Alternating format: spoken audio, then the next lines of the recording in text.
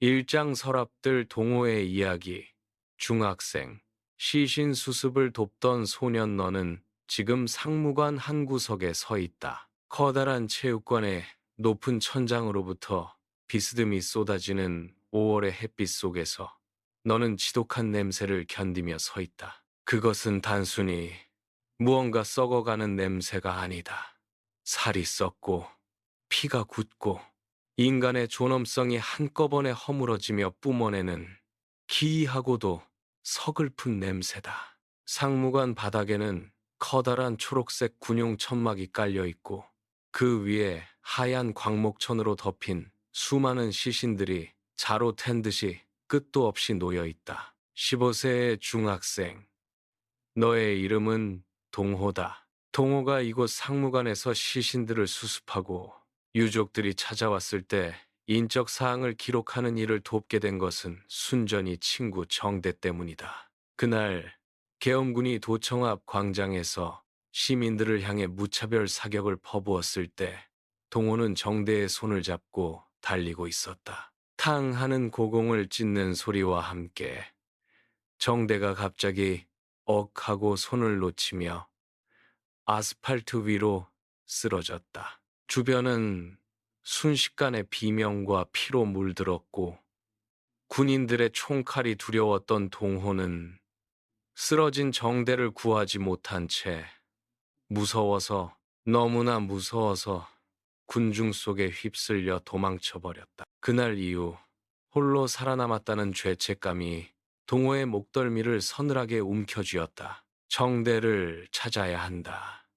정대의 얼굴을 보고 미안하다는 말이라도 해야 한다는 일념으로 시신들이 모이는 상무관으로 들어왔지만 날마다 구루마에 실려 늘어가는 시신들 속에서 정대의 모습은 보이지 않는다. 상무관에는 동호 말고도 이를 돕는 이들이 더 있다.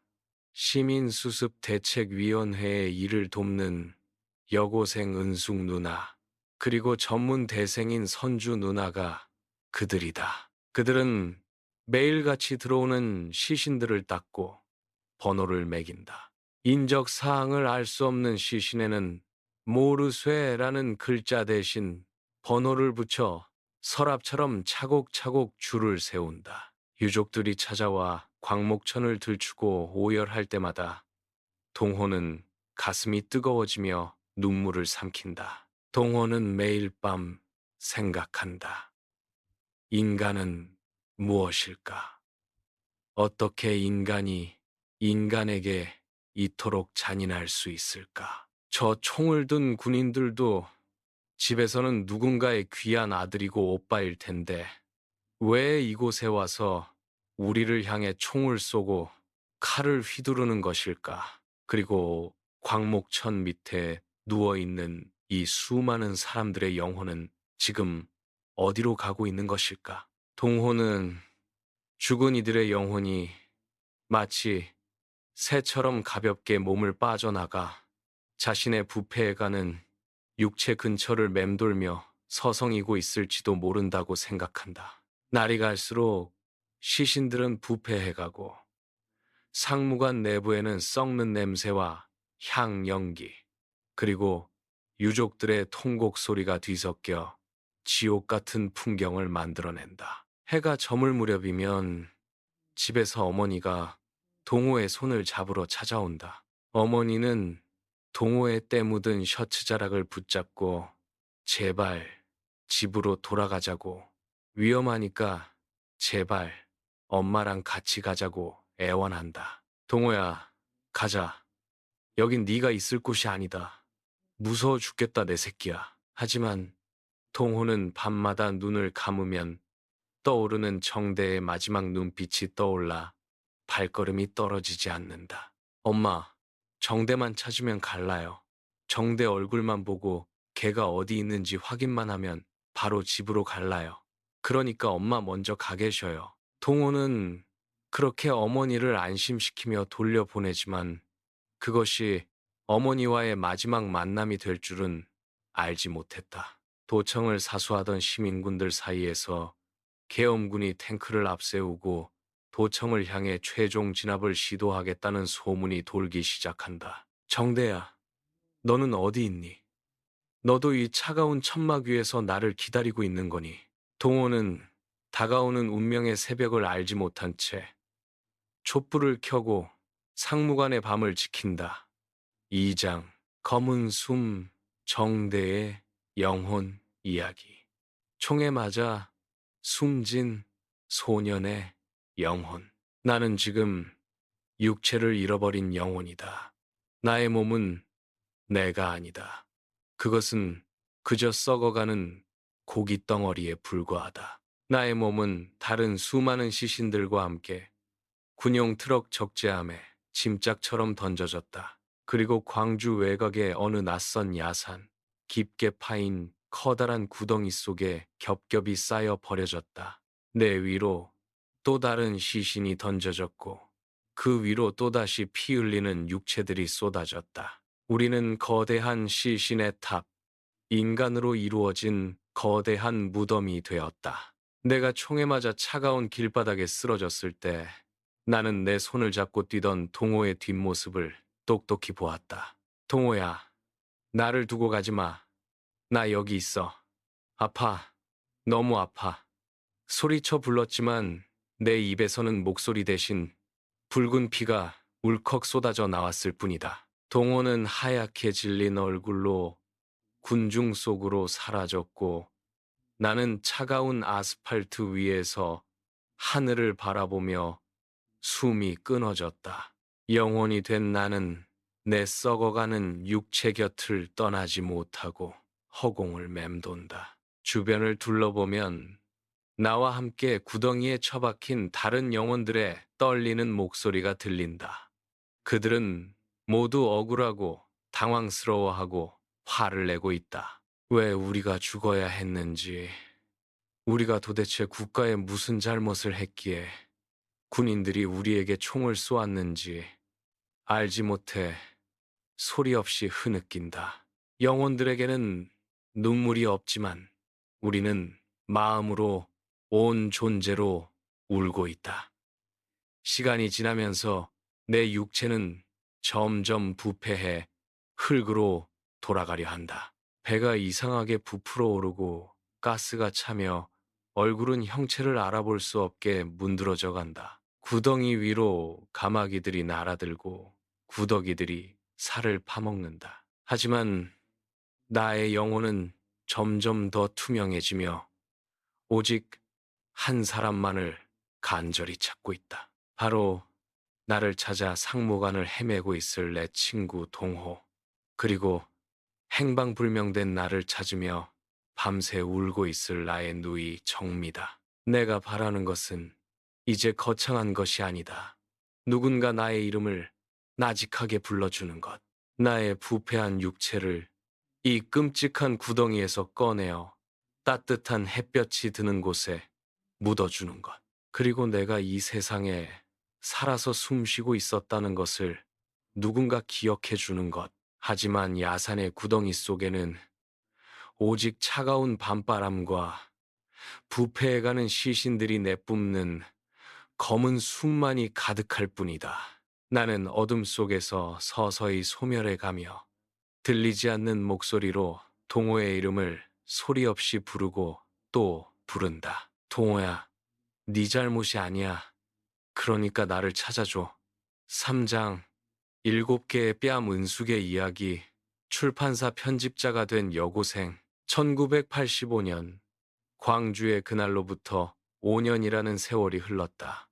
은숙은 서울의 한 작은 출판사에서 편집자로 일하고 있다. 세상은 아무 일도 없었다는 듯이 굴러가고 사람들은 대학가에서 화염병을 던지거나 축제를 즐긴다. 하지만 은숙의 삶은 5년 전 시신 냄새가 가득했던 상무관의 그 봄날에 멈춰 서 있다. 그녀의 뺨에는 여전히 눈에 보이지 않는, 그러나 영원히 지워지지 않는 붉은 낙인이 찍혀 있다. 얼마 전 은숙은 치안본부 대공분실의 검검열관에게 불려갔다. 지하실의 차가운 철제 의자에 앉아 그녀는 사상적으로 불순한 부분이 있다는 이유로 조사를 받았다. 대리석처럼 차가운 얼굴을 한 사내가 다가와 은숙의 뺨을 사정없이 갈겼다. 짝 하는 소리와 함께 고개가 돌아갔다. 사내는 아무런 감정도 없는 얼굴로 서류를 넘기며 은숙의 뺨을 연이어 7대를 때렸다. 뺨을 한 대씩 맞을 때마다 은숙은 소리내어 울지 않았다. 입술을 깨물고 터진 피를 삼켰다. 그 극심한 통증 속에서 은숙이 떠올린 것은 자신의 아픔이 아니라 5년 전 도청에서 마주했던 그 피비린내 나는 공포와 무참하게 깨어져 나갔던 인간들의 얼굴이었다. 출판사로 돌아온 은숙은 우연히 광주를 우회적으로 다룬 어느 외국 연극의 번역 대본을 편집하게 된다. 검열 당국에 다녀온 대본은 처참했다. 검열관들의 붉은 색연필과 시꺼먼 먹줄에 의해 수많은 문장들이 난도질 당해 있었다. 은숙은 그 지워진 문장들, 시꺼먼 먹줄로 가려진 틈새 속에서 숨죽여 울고 있는 광주의 영혼들을 본다. 문장을 지운다고 해서 진실이 지워질까? 마침내 연극이 상연되는 날, 은숙은 극장 객석에 앉았다. 무대 위로 조명이 켜지고 배우들이 등장했지만 그들은 아무런 대사도 하지 못한다. 검열 때문에 입 밖으로 내뱉을 수 있는 단어가 모두 빼앗겼기 때문이다. 대신 배우들은 입만 소리 없이 벙긋거리며 고통스럽게 몸을 뒤틀고 손짓으로 무언가를 갈구한다. 극장 안은 숨이 막힐 듯한 침묵에 휩싸이고 이내 관객석 곳곳에서 참지 못한 흐느낌과 오열이 터져 나온다. 소리 없는 대사가 소리 있는 외침보다 더 강렬하게 관객들의 심장을 찌른 것이다. 은숙은 매일같이 광화문 거리를 걷고 가끔 고향에 내려갈 때마다 도청 앞 분수대를 지난다. 정부는 도청 앞 분수대를 다시 가동해 시원한 물줄기를 뿜어내게 했다.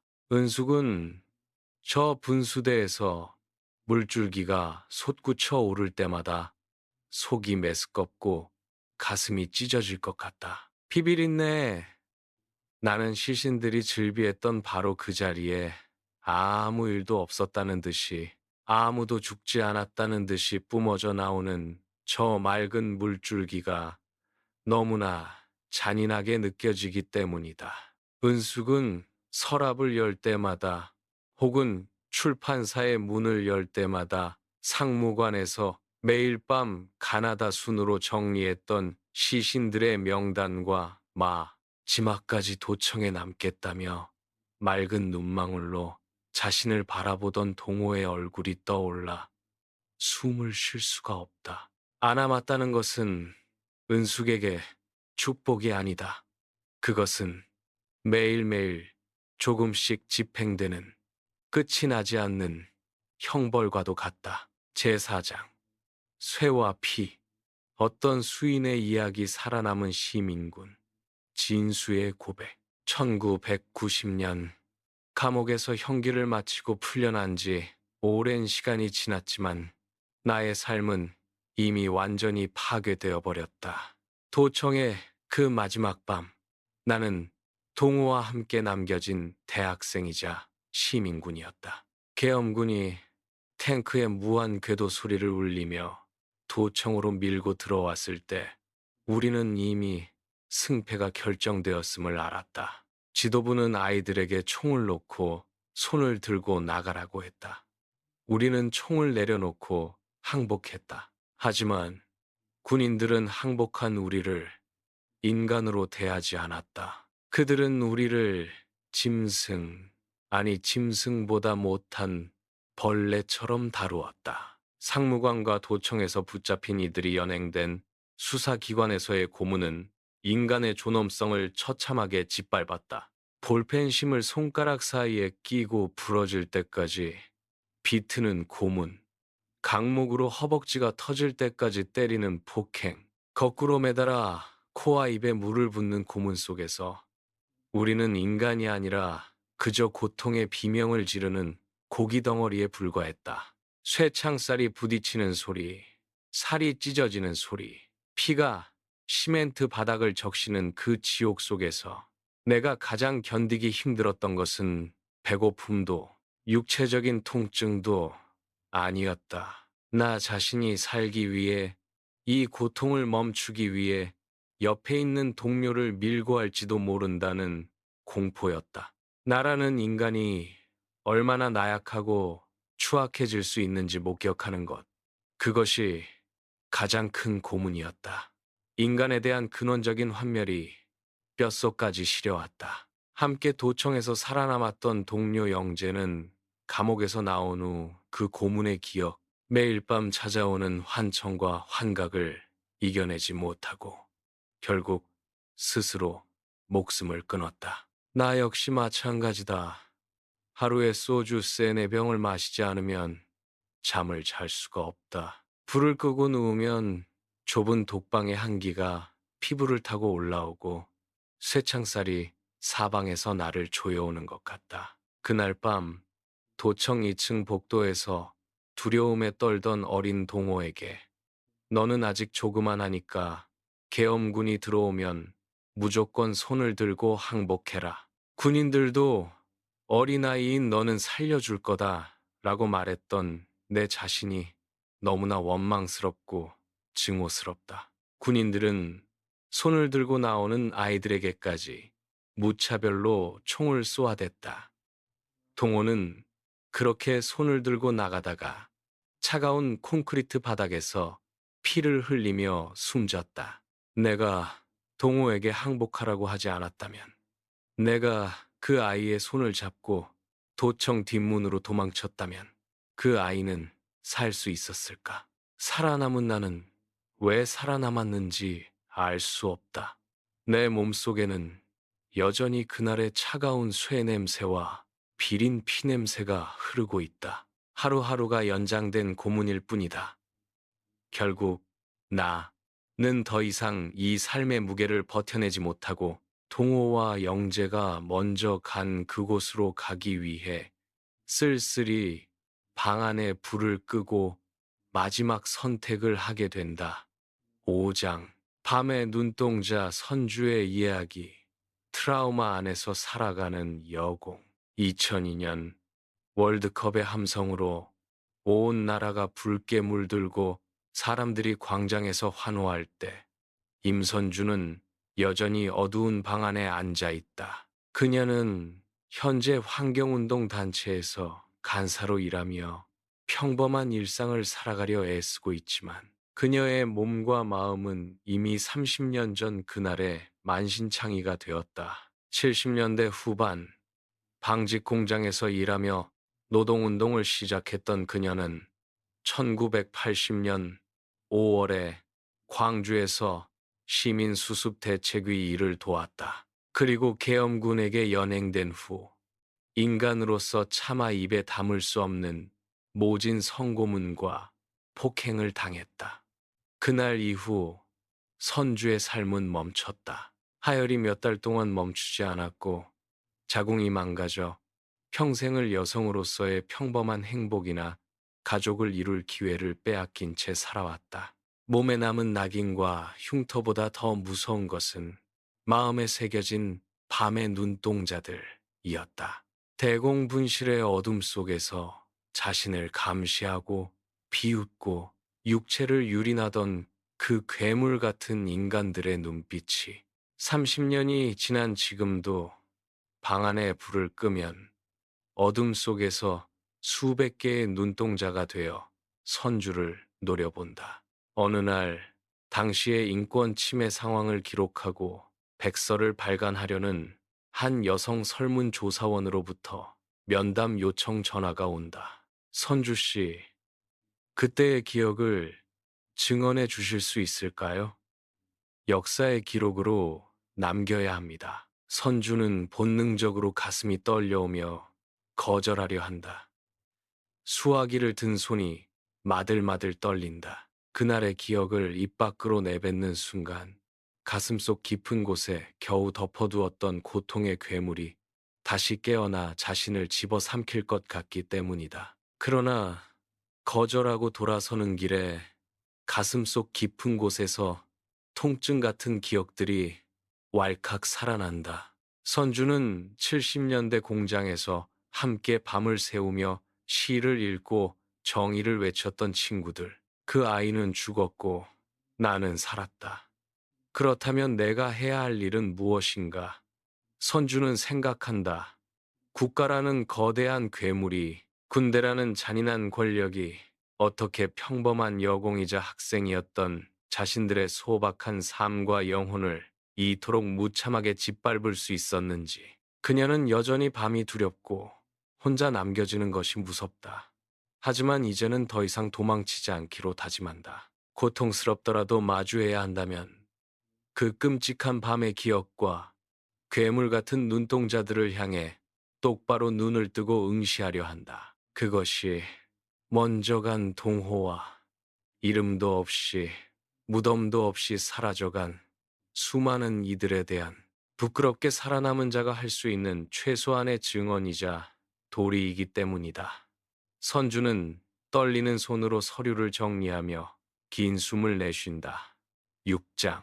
꽃 핀 쪽으로 동호 어머니의 이야기. 자식을 잃은 어머니의 한 맺힌 독백. 동호야, 내 강아지야. 네가 가버린 지 30년이 다 되어가는데도 이 어미는 여전히 저녁에 문 열리는 소리만 나면 네가 엄마 하고 웃으면서 들어올 것만 같다. 마당에 발걸음 소리만 나도 가슴이 덜컥 내려앉으면서 네 얼굴이 눈앞에 삼삼하다. 그날 도청으로 너를 찾으러 갔을 때 내가 네 손을 더 세게 잡아 끌고 집으로 왔어야 했는데 군인들이 총을 쏘고 난리가 났다는데 왜 너를 거기 두고 왔을까? 엄마, 정대만 찾으면 바로 갈라요. 걱정 말고 먼저 가 계셔요. 하던 네 말에 마음이 약해져서 내 새끼를 그 지옥 같은 곳에 혼자 남겨두고 오는 게 아니었다. 계엄군이 총을 쏘며 들어왔던 그 새벽, 나는 도청 밖 바리케이드 너머에서 발을 동동 구르며 가슴을 쥐어뜯고 통곡했다. 안에서 탕탕 소리가 날 때마다 내 가슴에 구멍이 뚫리는 것 같았다. 그리고 며칠 뒤 상무간 차가운 바닥에서 너의 하얗게 질린 시신을 마주했을 때 이 엄마의 세상은 완전히 무너져 내렸다. 네 눈이 반쯤 뜨여 있어서 엄마가 손으로 네 눈을 감겨주면서 얼마나 울었는지 모른다. 동호야, 내 강아지야. 사람들은 이제 세월이 많이 흘렀으니 그만 잊으라고 하더라. 정부에서 보상금도 주지 않았냐고. 이제 좋은 세상 왔으니 가슴에 묻고 털어버리라고 쉽게 말하더라. 하지만 자식을 가슴에 묻은 어미에게 세월이 무슨 소용이 있고 돈이 무슨 소용이 있겠느냐. 날이 좋으면 좋은 대로 가슴이 메어지고 비가 오면 비가 오는 대로 네 생각이 나서 눈물이 앞을 가린다. 특히 봄이 와서 사방에 꽃이 피면 나는 미칠 것 같다. 세상 천지에 꽃이 흐드러지게 피어나는데 우리 동호는 그 예쁜 꽃 한 번 제대로 보지도 못하고 장가도 못 가보고 저 차가운 땅속 어두운 곳에 누워 있는데 세상은 어찌 이리 무심히도 아름다운지 봄 하늘이 원망스럽고 지나가는 바람이 원망스럽다.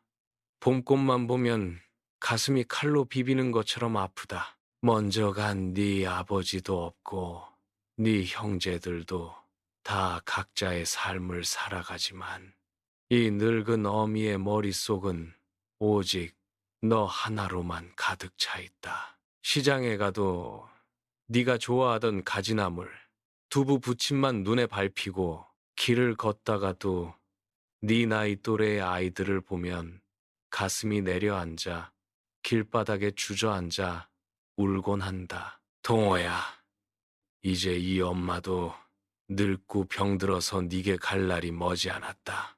눈을 감으면 네가 어릴 때 내 치맛자락을 잡고 아장아장 걷던 모습이 보인다. 내가 내게 가면 그날 너를 홀로 두고 왔던 이 못난 엄마를 용서해 주겠니? 내가 가면 네 손을 다시는 놓지 않을란다. 동호야, 그러니까 이제는 그 어둡고 무서운 도청에 있지 말고 총소리 없는 곳에 가 있거라. 부디 저 밝은 곳, 햇빛이 따뜻하게 비추고 꽃이 활짝 핀 쪽으로만 걸어가 있거라. 내 강아지야, 조금만 기다려라. 엄마가 조만간 네 이름 부르며 숨 가쁘게 달려가마. 에필로그, 눈부신 쪽으로. 작가의 이야기, 역사가 된 소년을 기억하며 2013년 작가 한강은 소년 동호의 흔적을 찾아 광주 중흥동의 골목길을 방문한다. 그리고 동호가 어린 시절 살았던 옛집의 대문 앞을 오랫동안 서성인다. 작가에게 동호는 책 속의 인물이나 먼 타인이 아니다. 놀랍게도 작가의 아버지가 광주 중흥동 집을 팔고 서울로 이사를 오면서 그 집으로 새로 이사를 들어왔던 가족의 막내 아들이 바로 동호였다. 만약 작가의 가족이 서울로 이사하지 않고 그 집에 계속 살았더라면 1980년 5월 그날의 도청에 남겨져 희생되었던 사람은 동호가 아니라 작가 자신이었거나 작가의 오빠였을지도 모른다는 기묘하고도 거대한 부채감이 작가의 영혼을 오랫동안 사로잡았다. 작가는 동호의 친형을 만나 동호가 얼마나 성실하고 맑은 아이였는지, 중학교 졸업사진 속 동호의 눈빛이 얼마나 투명했는지를 전해 듣는다. 그리고 깨닫는다. 이 잔인하고 고통스러운 이야기를 외면하지 않고 문장 하나하나에 피를 묻히는 심정으로 기록해야만 한다는 것을.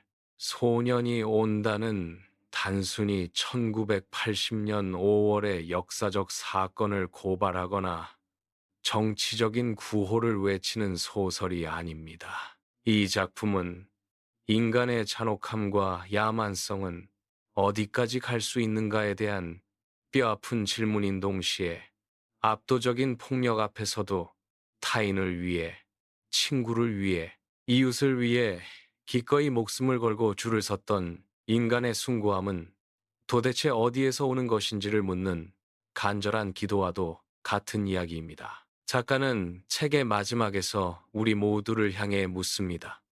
인간은 무엇인가? 인간이 무엇이지 않기 위해 우리는 지금 무엇을 해야 하는가? 그리고 소설은 잔인한 어둠과 총소리 속에 갇혀있던 서글픈 소년 동호를 향해 이제는 고통도 슬픔도 없는 곳, 세상에서 가장 눈부시고 밝은 곳, 꽃이 활짝 핀 쪽으로 걸어 나오라고 손을 내밀며 길고 긴 영혼의 여정을 마무리합니다. 청자 여러분도 그날의 소년들을 위해 잠시 마음속으로 불을 밝혀주시기 바랍니다.